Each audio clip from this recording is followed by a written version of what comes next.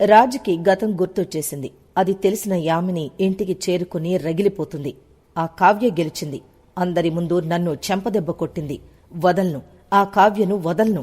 ఆ కావ్యను అంతం చేసి నా బావను నేను దక్కించుకునేంత వరకు నిద్రపోను అని యామిని తన పేరెంట్స్ ముందు రగిలిపోతూ ఉంటుంది. యామిని సైకోయిజాన్ని అంతే కోపంగా చూస్తూ ఉంటారు వైదేహి, రఘునందన్. యామిని సైకో ప్రవర్తనను చూస్తున్న రఘునందన్ కోపంగా, నోరు ముయ్, ఇకనైనా నీకు బుద్ధి రావడం లేదా అనంటాడు. దాంతో యామిని డాడ్ అంటుంది అయోమయంగా. హా, డాడ్ని కాబట్టే నీ మంచి కోరి చెప్తున్నాను. నీ కన్నవాళ్లం కాబట్టే ఇన్ని రోజులు రాజు కోసం నువ్వు ఎన్ని పిచ్చి పనులు చేసినా భరించాం, సహించాం. తను నిన్ను పెళ్లి చేసుకుంటాడు అని, తను నీ జీవితంలోకొస్తాడని నువ్వు మాకు చెబుతూ ఉంటే అది తప్పని తెలిసినా ఎక్కడో ఓ మూల నమ్మకం ఉండేది. కాని ఆ నమ్మకం ఈ రోజుతో పోయింది. ఆ రాజ్ ఆ కావ్య సొంతమేనని అర్థమైపోయింది. వాళ్లది విడదీస్తే విడిపోయే బంధం కాదు, అది తాళి బంధం. రాజ్ని మర్చిపోయి మళ్లీ కొత్త జీవితాన్ని మొదలుపెట్టు అనంటాడు రఘునందన్.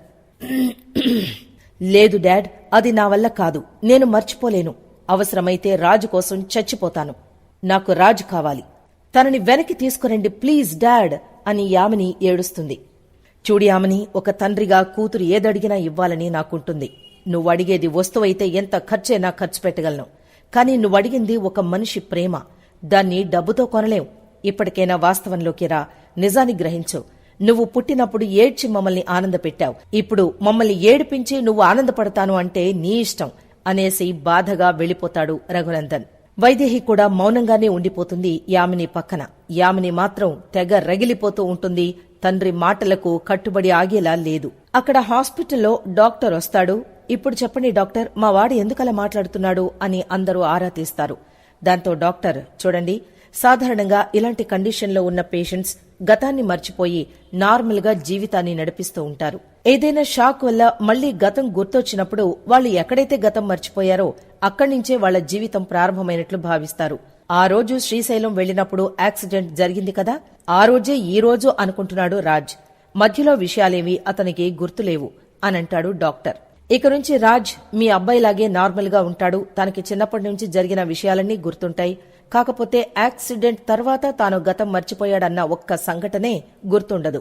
అంతకుమించి ఎలాంటి సమస్య లేదు అనంటాడు డాక్టర్.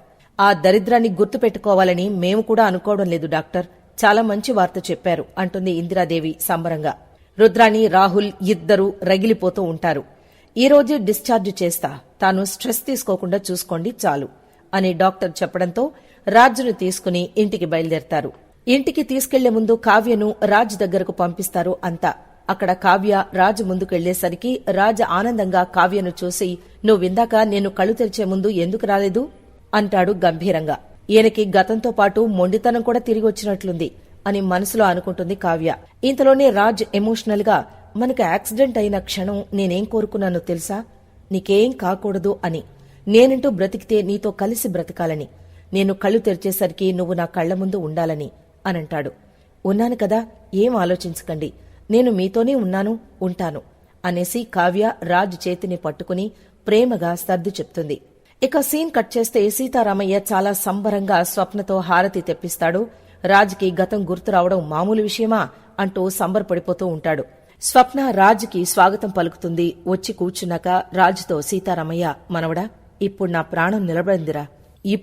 ప్రాణం నిలబడిందిరా అంటాడు ఆనందంగా. డోంట్ వరీ తాతయ్య, నేనొచ్చేసాగా అంటాడు రాజ్ నవ్వుతూ. ఇక అంతా సంతోషంగా ఉన్న క్షణంలో కావ్యకు ఏడుపొచ్చి అక్కడి నుంచి వెళ్లిపోతుంది. అది చూసిన రాజ్, కావ్య ఎందుకలా వెళ్లిపోయింది అని ఆరా తీస్తాడు. దాంతో ఇంతకాలం కావ్య చాలా బాధపడింది అని అప్పనాదేవి, ఇందిరాదేవి చెబుతారు.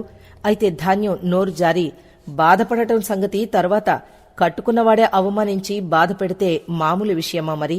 అందుకే కళావతి అలా ఏడుస్తుంది అని అంటుంది. దాంతో అనుమానమేంటి, నేను కళావతిని అనుమానించానా అని అదే విషయం గురించి గట్టిగా పట్టుకుని ఆరా తీస్తాడు రాజ్. దాంతో అప్పనాదేవి, నిజం చెప్తే తట్టుకుని ఆవేశపడకుండా ఉండగలను అంటే చెప్తాను అంటుంది. చెప్పమ్మా అంటాడు. దాంతో అప్పనాదేవి నిజం చెప్పడం మొదలు పెడుతుంది. శ్రీశైలం యాక్సిడెంట్ తర్వాత నువ్వు మాకు దొరకలేదు, చనిపోయావు అనుకున్నాం. కళావతి మాత్రం నువ్వు చనిపోయావు అంటే నమ్మలేదు. తన నమ్మకమే నిజమైంది. నువ్వు యామిని ఇంట్లో రాముగా జీవిస్తున్నావని మా అందరికీ తెలిసింది. మమ్మల్ని గుర్తుపట్టకపోయినా ఆ దేవుడు వేసిన మీ బ్రహ్మముడి కారణంగా కళావతినే నువ్వు ప్రేమించావు, తననే పెళ్లి చేసుకోవాలని తప్పించావు. అప్పుడే కావ్య తల్లి కాబోతున్న సంగతి తెలిసి అవమానించావు, అనుమానించావు అంటూ మొత్తం వివరంగా జరిగింది చెప్పి కావ్య గురించి గొప్పగా పొగుడుతుంది. దాంతో రాజ్ క్షణం కూడా ఆగకుండా కావ్య దగ్గరకు వెళతాడు. అయితే రాజ్కి ఎక్కడా యామిని కుట్రల గురించి చెప్పలేదు. కావ్య గొప్పతనం గురించే చెప్పింది అపర్ణాదేవి. ఇక మరోవైపు రాజ్ కావ్య గదిలోకి వెళ్లి ఎమోషనల్ గా ఒక మనిషిని ప్రేమిస్తే ఇంత గొప్పగా ప్రేమించొచ్చా అంటూ ఉంటే కావ్య అమాంతం రాజ్ దగ్గరకు పరుగున వచ్చి హత్తుకోవడం, ఏడవడం అంతా ఎమోషనల్ గా సాగింది. ఇక కమింగ్ అప్ లో కావ్య కడుపుతో ఉంది కాబట్టి మెట్లెక్కడానికి వీల్లేదని రాజ్ ఎత్తుకుని మెట్లెక్కించే సీన్ రొమాంటిక్ గా సాగింది. యామిని ఎలాంటి కుట్ర చేయబోతోందో ఏమో, మరిన్ని విషయాలు తరువాయి భాగంలో చూద్దాం.